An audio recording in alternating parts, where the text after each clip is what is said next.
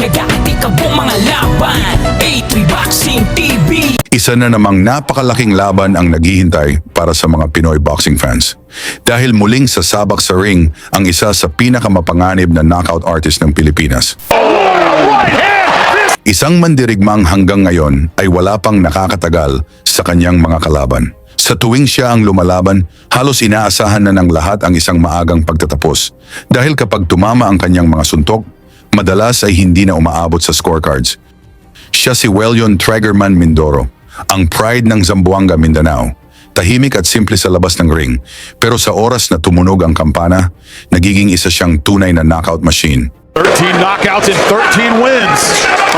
Shot down the inside. Right hand. 18 panalo, 17 ang knockout at wala pang talo. Dahil sa kanyang pambihirang lakas, may mga boxing fans na tumatawag sa kanya bilang Canelo Alvarez ng Pilipinas. Naniniwala rin ang ilang boxing analysts na kung magtutuloy-tuloy ang kanyang pagunlad, maaari niyang maabot ang pambihirang record na 30 panalo na puro knockout. Sa kasalukuyan, puspusan ang kanyang pagsasanay sa Amerika upang mas maihanda ang sarili sa mas malalaking laban. At ngayong August 29, 2026, isa na namang napakabigat na pagsubok ang kanyang haharapin. Makakalaban niya ang veteranong Mexican champion na si Carlos Ocampo. May record na 38 wins, 4 na talo at 26 knockouts. Dating WBO Latino champion at WBC Continental champion. Hindi ito ordinaryong kalaban. 3 beses na niyang sinubukang agawin ang world title.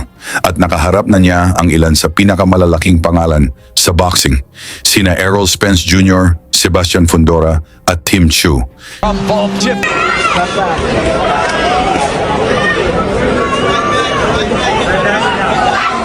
Look for that shot like that right there. There he goes. Through and can't hold. Kaya malinaw na malaking pagsusulit ito para kay Mindoro. Ngunit bago natin tunghayan ang laban na yon, balikan muna natin ang isa sa kanyang pinakakahanga-hangang panalo. Nang makaharap niya ang Japanese prospect na si Mao Tameda.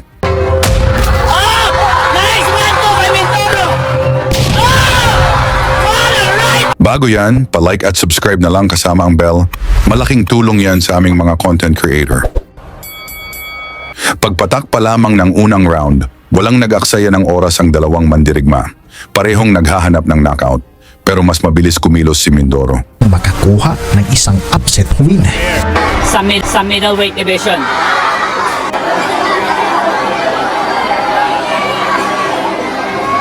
Nice 1-2 by Mindoro.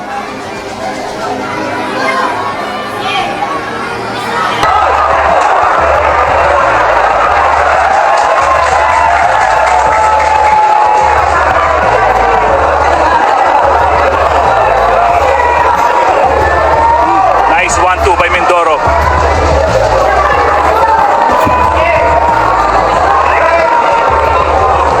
Parang pumunta talaga yung Tameda dito to fight.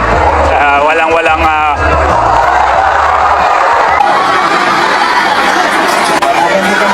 Nice body by Mindoro.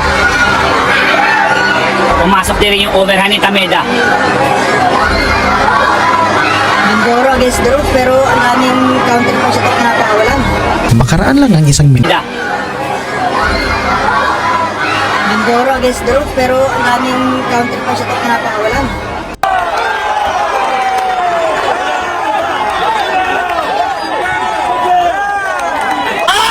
Nice 1-2 by Mindoro. Sunod-sunod na kombinasyon ang kanyang pinakawalan at agad niyang pinabagsak ang Hapones. Napasigaw ang mga manonood. Habang ang buong arena ay biglang natahimik, tumayo pa si Tameda at pilit na ipinagpatuloy ang laban. we'll see. na nakaka-recover itong hapon at mas lalo nga nitong ninamnam ang umaapoy at umuusok na mga Mindoro looking to end the fight agad, ha?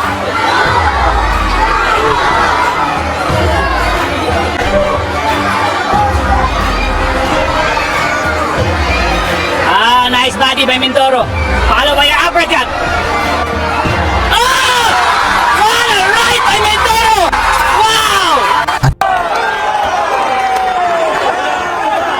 Ngunit sa muling pagpapalitan ng suntok, isang napakalinis na kaliwa ang eksaktong tumama. Oh! Muli siyang bumagsak sa lona at hindi na siya pinayagang magpatuloy pa. Agad inawat ng referee ang laban. Sa unang round pa lamang, ipanalo ni Weljon Mindoro ang laban via technical knockout. Ngayon mga idol, ano ang tingin ninyo? May kakayahan ba si Weljon Mindoro na maging susunod na world champion ng Pilipinas? Ikomento ang inyong opinyon at huwag ding kalimutang isulat kung saan kayo nanonood para makita natin kung hanggang saan na ang suporta ng mga Pilipino para kay Weljon Mindoro sa kanyang laban kontra Carlos Ocampo sa Amerika. Lagi niyong sundan, huwag magpapahuli. Pag-usapan ni bakbakan, balita niya at laban. Mga Pinoy na di nagpapagapi. Salamat sa mga suporta na lagi nandyan.